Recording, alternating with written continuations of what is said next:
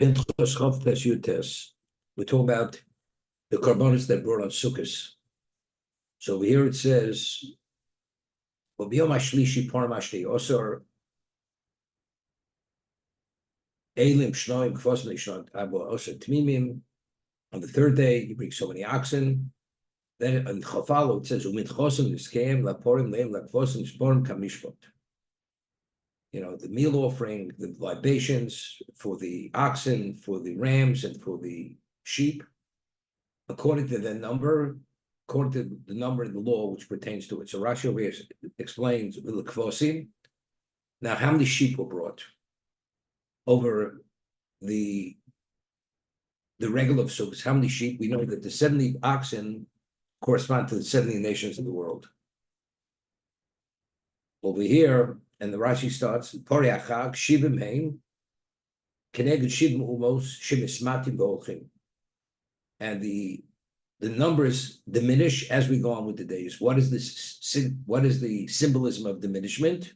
Simit Kolim Elohem, Kloyo, means ultimately they're going to be destroyed. By the end of the existence, all these nations are going to be destroyed. But during the time that the Lineage existed, these oxen that were brought on their behalf protected them from suffering, meaning there was a level of culpability, and this prevented them from suffering, from punishment. So the Gemara says, Rabbi Yochanan says in Sukkah, that if the nation would have only understood the value of the Beis Hamikdash, because it provided this level of protection, they would encircle the Beis Hamikdash with legions of troops to protect it not to be destroyed. So not only did they not protect it, they themselves destroyed it. That's Rabbi Yochanan's statement in Sukkah. Then, L'kfosim, this has wrong with us. Keneged Yisrael shenikru sepizura. The kvosim, the sheep, symbolize the Jewish people, because there's a pasuk in Yirmiyah, the Jewish people call it sepizura. We're the scapegoat. The sheep. It's referred to scapegoat, but it's a sheep.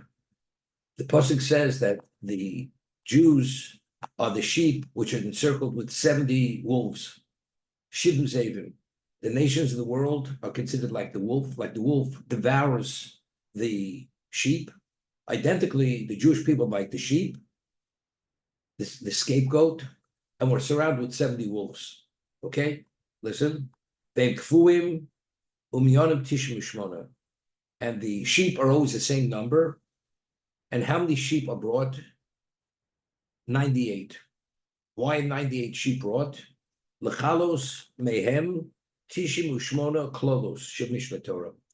To correspond to the 98 curses which are mentioned in Mishnah Torah, so that deflects the curses. This 98 sheep deflect the 98 curses stated in Mishnah Torah, which is in Kisovo. Okay? So the 98 sheep correspond to the 98 curses. Sepizuri Yisrael. We had mentioned the Medrash a while ago in Pashas Emor that the species which qualify for a korban are only 3 species: shor, kesef, veis, ki voleit. The ox, the sheep, and the goat. Why these 3 species? So the Medrash quite quotes a pasuk in Koheles. Elokim yivakesh nirdof. Elokim seeks out the pursuit and goes into the whole historical review of the pursuit from the beginning of existence. If you remember the Medrash, remember Hevel was pursued by Cain. Noah was pursued by the members of generations. Avram was pursued by Nimrod. Yitzchak was pursued by Avimelech, the Philistine king. Yaakov was pursued by Esav. Yosef was pursued by his brothers. Moshe was pursued by Moshe. And Klal Yisrael are the pursued by the nations of the world. So and that's the reason why the Jews always have a special level of protection, because God seeks out the Nirdov, the pursued. That was the Medrash there. Now, the sheep is a pursued species. Who pursues the sheep? We said the ox is pursued by the lion, the sheep is pursued by the wolf, and the goat is pursued by the nemio, by the weasel. Now, kololo, what is the basis for a curse? Be deserving of a curse? Because a person doesn't have a perfect record, but nobody has a perfect record. The answer is, if there's midas harachmim, there's no problem. There's midas harachmim. But if there's any level, something activates a level of prosecution, that's a basis for a curse. The 98 sheep that are brought, what does the sheep represent? The Jewish people, that's the pursued species. That's why Hashem chose the sheep as a korban, because it's pursued by the wolf. How many wolves encircle the Jewish people who want to devour us continuously throughout history? 70. The 70 nations of the world. So the reason why we're deserving of kololo, God forbid, 98. So how many sheep do we bring to correspond and deflect the kololo? 98. Because what does 98 represent? Sheep. The sheep represents the pursued species. If Elokim, what's Elokim? I pointed out, Elokim is the appellation of Midas Adin. That even the Midas Adin is an agreement that the sheep should not be prosecuted. Because it's the Nirdov. Even Elokim Yivakish Nirdov. Even the Elokim, even the Midas Adin concurs with Midas Harachmim that they should not be prosecuted. That's the reason why the 98 sheep correspond to the 98 curses, and it deflects the 98 curses for that reason.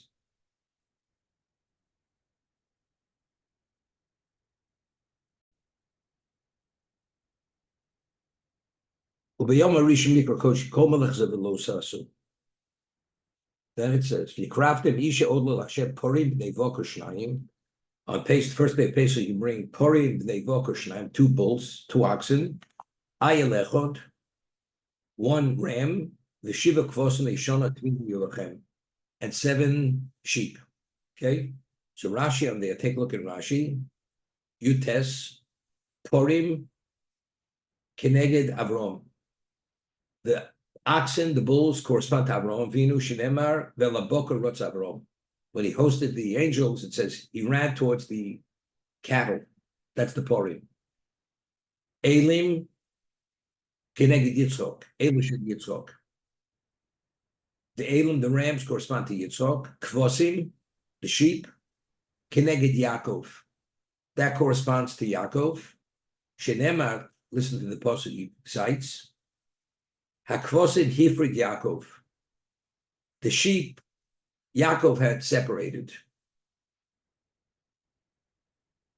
What is that referring to? The sheep he separated. Regarding what? So that pasuk speaking about that when Yaakov spent 20 years by Lavan, 14 years he worked for his 2 wives, and the last 6 years he worked for his wealth. After 14 years, he says, I'm leaving. Lavan says, through my divination, I understand all my bracha comes because of you. Name your price, I'll pay you whatever you want to remain. Yaakov says, I want nothing from you. I'll earn my own keep. And there was an arrangement. They took out all the speckled and spotted sheep, and he only took the what? So he separated Lavan's sheep from his sheep. And from those sheep, miraculously, he had endless herds and flocks, and he became phenomenally wealthy. So it says that he separated the sheep to bring about his wealth. That's what the kvosim, the sheep that we bring on Pesach, corresponds to Yaakov. I mean, it's interesting. We're talking about, this is Yaakov's material wealth. Now, why did Yaakov spend another 6 years? Yaakov paid a price for the 22 years that he stayed away from his parents. Yosef was separated from his father for 22 years. Yaakov knew, as we explained, that he's crossing a line that he has no choice to cross for the sake of Klal Yisrael. Because we mentioned Eliphaz had taken all his wealth. He could have killed Eliphaz. Because the Torah points out his enormous strength. But Yaakov did not want to kill Eliphaz because it would diminish him spiritually, and therefore his children, the Klal, should be at a lesser level. But he understood. If you remember, we explained, based on the Sefarno, why did Yitzchak want to give the blessing to Esav, although he knew that Yaakov was the more spiritual of the two? Because he had believed that Esav would be the Zvulun, and Yaakov would be the Yisachar. It would be a joint relationship here. Esav would provide the material, Yaakov would be fully invested in the spiritual. Because Yitzchak didn't appreciate who Esav was. Yaakov had no choice through the communication to his mother, which was Nebuah. Yaakov had to take the brachos, because otherwise he would have been strangled. Ain't kemech ain't Torah. Without material, you can't survive. And Yaakov understood that. Yaakov had to be independent. He had to create his own wealth. So the last 6 years he was there was to create his wealth. Akvosin Hifri, or the puzzle we're quoting over here, is what for the survival of Klal Yisrael, because of being Kemech and Torah. If you don't have material, you can't live on Torah alone. You have to have a material foundation to be able to survive. That's the Kvosim, that's what it represents. The puzzle we're quoting, why we bring Kvosim on Pesach, we're talking about launching Klal Yisrael. This is Yitzis Mitzrayim. What do you have to have? Everything has to be in place. Your finances have to be in place. That's Hakvosim Hifrid Yaakov. Therefore, we bring Kvosim on Pesach. We have the Par, Avram Avinu, that's the Schus of Avram. The Ayil is Yitzchak, that's the Akedah. And the Kvosim is Yaakov, but it's the material aspect of Yaakov. It's not the Torah aspect of Yaakov. It's coupled. The Torah, as great as it is, it must be coupled with the material, because otherwise, without the material, there is no Torah.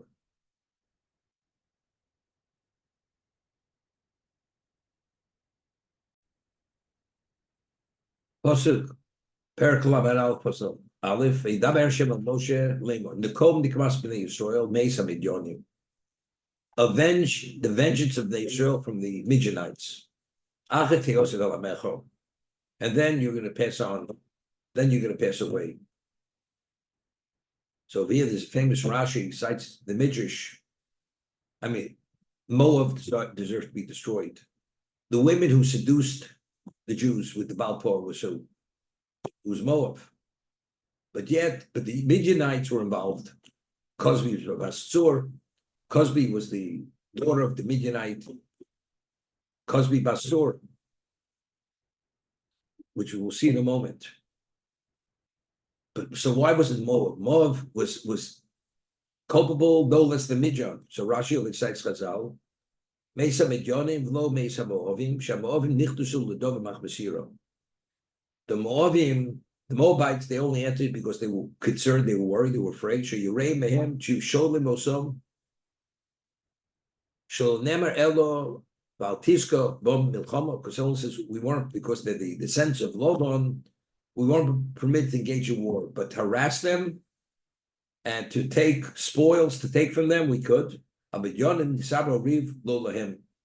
Midianites, they got involved in a fray which was not theirs. Midian.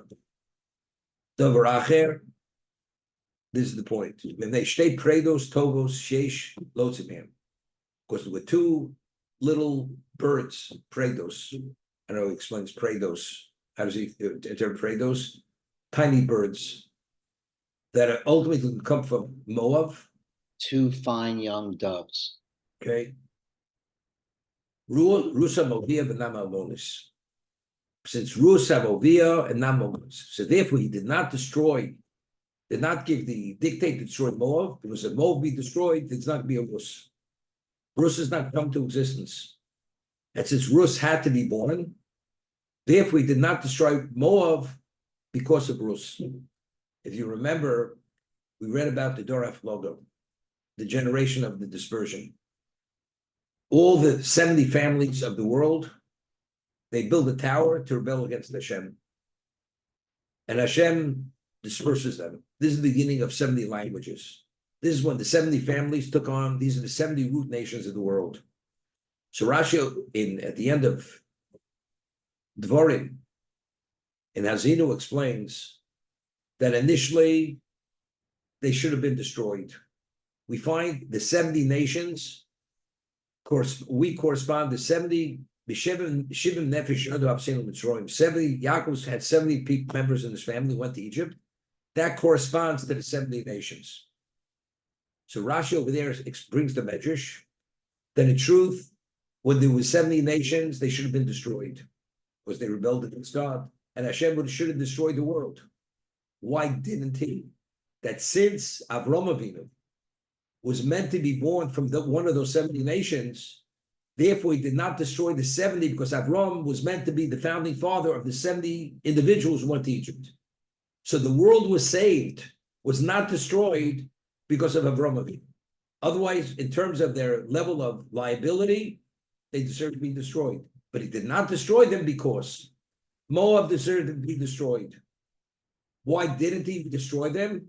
Because Rus had to be born from them. If they would have been destroyed, there wouldn't have been a Rus. Okay? So once discussed, from where do we learn the concept of Bitoch Shlo Shmo Bo Lishmo? We learn it from the story of Rus. Balak was the grandfather of Rus. Rus's grandfather, originally antecedent, was Balak.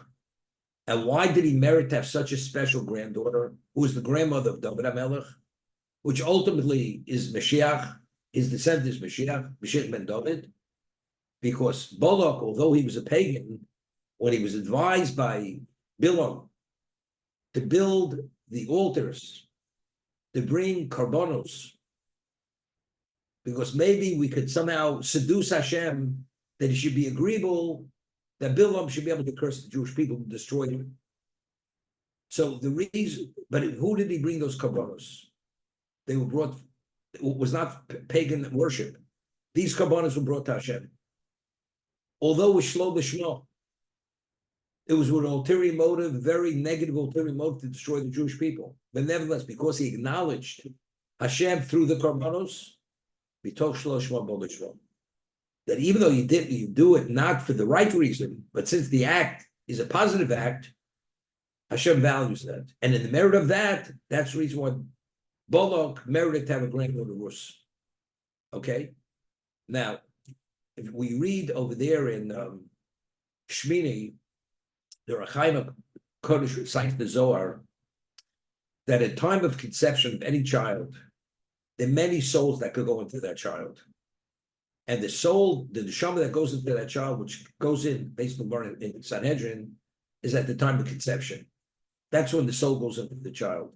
So based on the spiritual status of the parents and many other factors, it's not clear till conception which neshama is going into that child. If that fact is, if Moab would have been destroyed, Rus could have come from another family. She could have been from another nation. The neshama of Rus did not have to be a Moabite. That didn't have to be their pedigree. Rus's neshama could have come from another nation. So why did Rus's neshama have to be a Moabite? Be part of the Moabite people, the Moabim. Because since Balak had done this special act, although it was shlo d'shmo, it was with a very sinister ulterior motive. From here we learn bitoch shlo bo lishmo. So because of this act, she could have been born from other nations. But because Balak did such a magnanimous act, although it had this negative ulterior motive, he merited, and that's why Moab was not destroyed, in the merit of Rus. In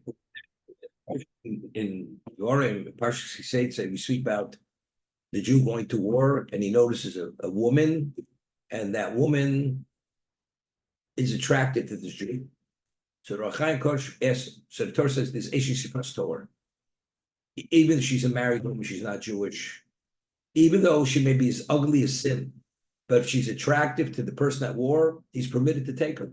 And according to Moshe Shonim, he is even permitted to cohabit with her before he converts her. And the quality of the conversion is very inferior quality. She's almost basically forced to convert. She's only converting because she has no other choice. It's not she has such a desire to be a Jewess. No. But nevertheless, it's about conversion. So over there, he explains to Rachaim HaKodesh that at the time of the Chet of Adam HaRishon, Sodom had captured many special souls. One of the special souls that he captured was Rusam Ovia. She had, like we find that David originally, when Adam Rishon was shown all the future generations, Hashem had shown Adam a neshama, which was very, very special, almost the most special soul. And Adam asked Hashem, who's the soul? What's the future of the soul? So Hashem says to Adam, the soul is meant to live a few hours, this child, and the child's going to die. Adam originally was meant to live 1,000 years. Adam said to Hashem, I'm willing to give 70 years of my life to this child who's only meant to live a few hours. And who was that special soul? That was David HaMelech. And that's why David HaMelech lived exactly 70 years. He was born on Shabbos, and he passed away on Shabbos 70 years later. He lived exactly 70 years. Simon, at that same time, when he ate of Deitz Hadas, Satan captured all the special neshamos. One of the special neshamos he captured was Rusam Ovia. She was the most special. The whole process of the Eishes Torah is, I mean, the people, that's the Orach Chaim, these people go to war, the tzaddikim, all the people, any shortcomings we send back from the front, these are the holiest Jews, and all of a sudden he's attracted to a woman. Doesn't make any sense. Could you imagine Chafetz Chaim being attracted to the woman? All these people attracted to women.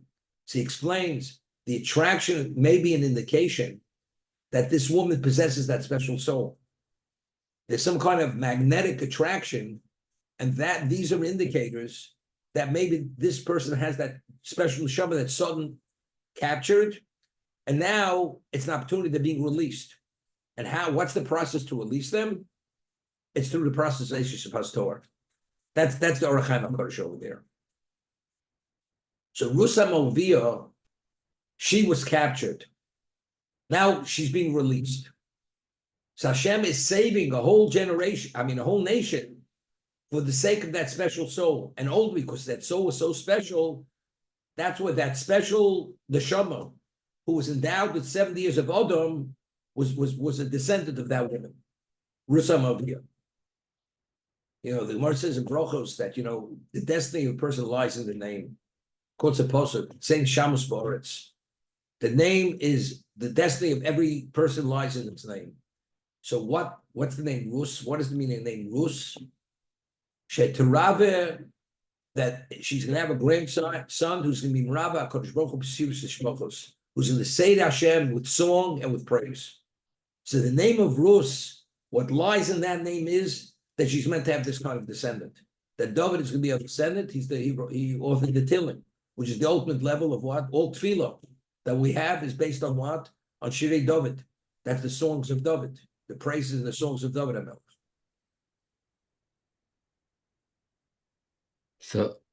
So again, which was authored by the Ramak, Ramosh Deviro, he's buried right next to Arizal in the cemetery in Sfas.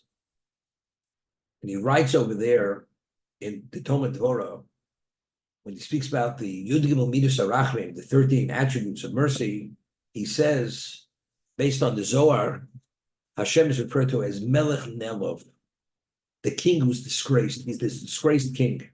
What does it mean he's disgraced? Now, how do we differentiate between a human being and any other living species? Every other living species, its function is purely instinctive, and it cannot behave differently than its DNA, which determines its instinctive behavior. A human being has free choice. We also have instincts, but ultimately we can always override anything. That's free choice, because the objective of the value of creation is the man should be either worthy or unworthy. That's the choice. Now, within the realm of choice, the parameters of choice, Torah says, do not commit adultery.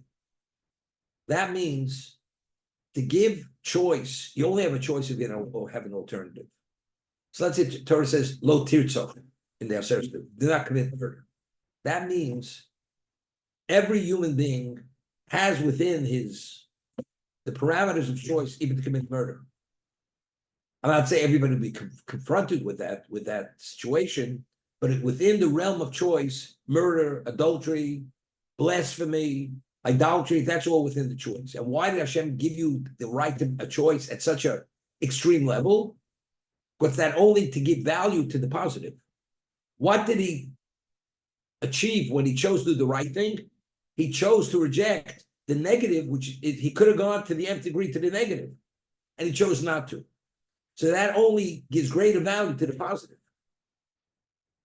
You know, a person was tempted, he could have embezzled $1 billion, and he chose not to, and he chose to live a life of purity, and even live a life of destitution, and not do that.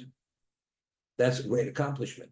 But if the man could have embezzled a penny, and he chose not to, it's not a big deal. So to give the choice of positive greater value, the parameters of choice are the most extreme and the negative. So now Ramak writes like this. We say that Hashem wills every moment of existence. So why do we have an ability to lift our hand? Why does our hand exist? A person chooses he wants to commit murder. So he has a hand, he takes a knife and he plunges it into somebody else's heart. Why is he able to plunge that knife into someone else's heart? Because Hashem wills that person the ability that he has a hand, he has a knife, and that knife is able to penetrate a person's heart. So Hashem is a participant in every nuance of that action and moment of that person's unconscionable act to do what he's doing. You know what this is? It's like the person is forcing God into a position to do something which is contrary to what his will. It's disgracing God. Blasphemy. God forbid. A person articulates words which is, God forbid, he's cursing God. Why can he articulate those words? Why does his brain, why is he able to process that he can get those words out of his mouth? And he does it with a vengeance. Why? Hashem gives him that ability. But he's cursing God. It's like Hashem, a person gives somebody a gun to a son, he says, shoot me with the gun. And there's even more than that. He's Melech Nelov. He's the disgrace. He allows himself to be disgraced for the sake of choice, to give man the ultimate opportunity that when he makes the right choice, what choice did he not make? That's the Ramchal. Excuse me, that's the Ramak. It's a Moshe Kudavir Tov and Dvorah.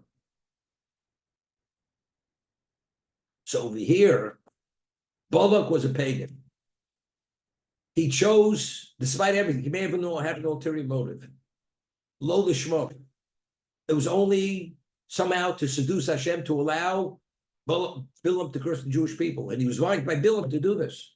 But nevertheless, he was a pagan, he acknowledged God. That itself has value. What's the innate value of that?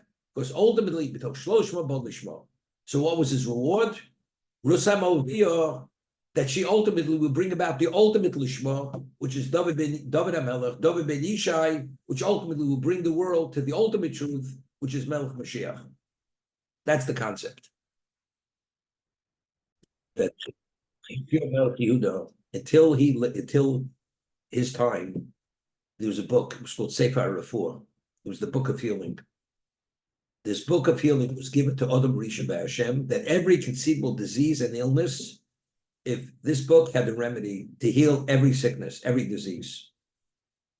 And Chizkiyahu Melech Yehuda put the book away, not to be found. Why? Because the person has that book, whatever illness a person contracts, you read the book, you're in safe territory. You're healed. People stopped praying to God. People felt, you have a problem, you read the book, you have the remedy, you're out in the woods. So people, because this undermined people's reliance on Hashem, and it undermined Tefillah, and Chizkiyahu Melech Yehuda was praised for this. So the whole idea, when we have Tzaddik V'Ravo, Rosh V'Tova, we have all kinds of things going on. All these disease is a consequence of sin. But again, the Tzaddik, I mentioned, how much of is his record tainted that he deserves it? The Russia, he's living high in the hog. All these things are major questions. And it takes a monkey wrench, throws it in, and messes up the whole system. And people say there's no rhyme or reason. It doesn't make any sense. That's the challenge. So all these things that happen, all the illness is an atonement. It's a kapara, no question.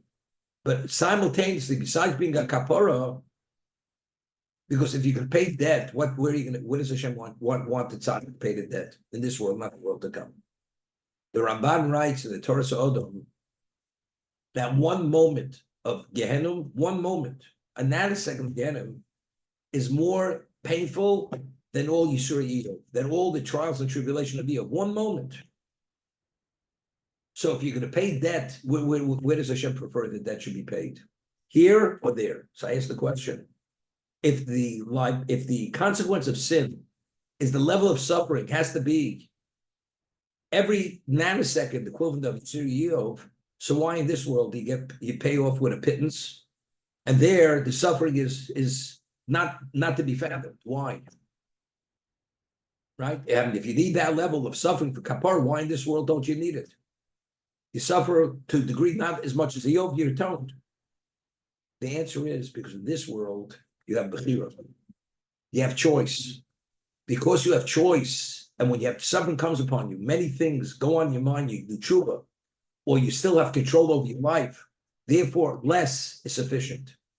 The world to come, it's over. There, you should have made corrections which you did not. Now you hear the music for not doing what you could have done. So therefore, in this world, a pittance you get away, a penny on $1 trillion. Debt, you can pay off the debt. When you have the Yisurim, because you touched in a way, because we're in a position of bechira, of choice. We still have free choice. And we're touched. When you go there, you're no longer touched. There, you're a victim of your own behavior. Therefore, that's the reason why the level of suffering there, every moment is the equivalent of the suffering of Yov.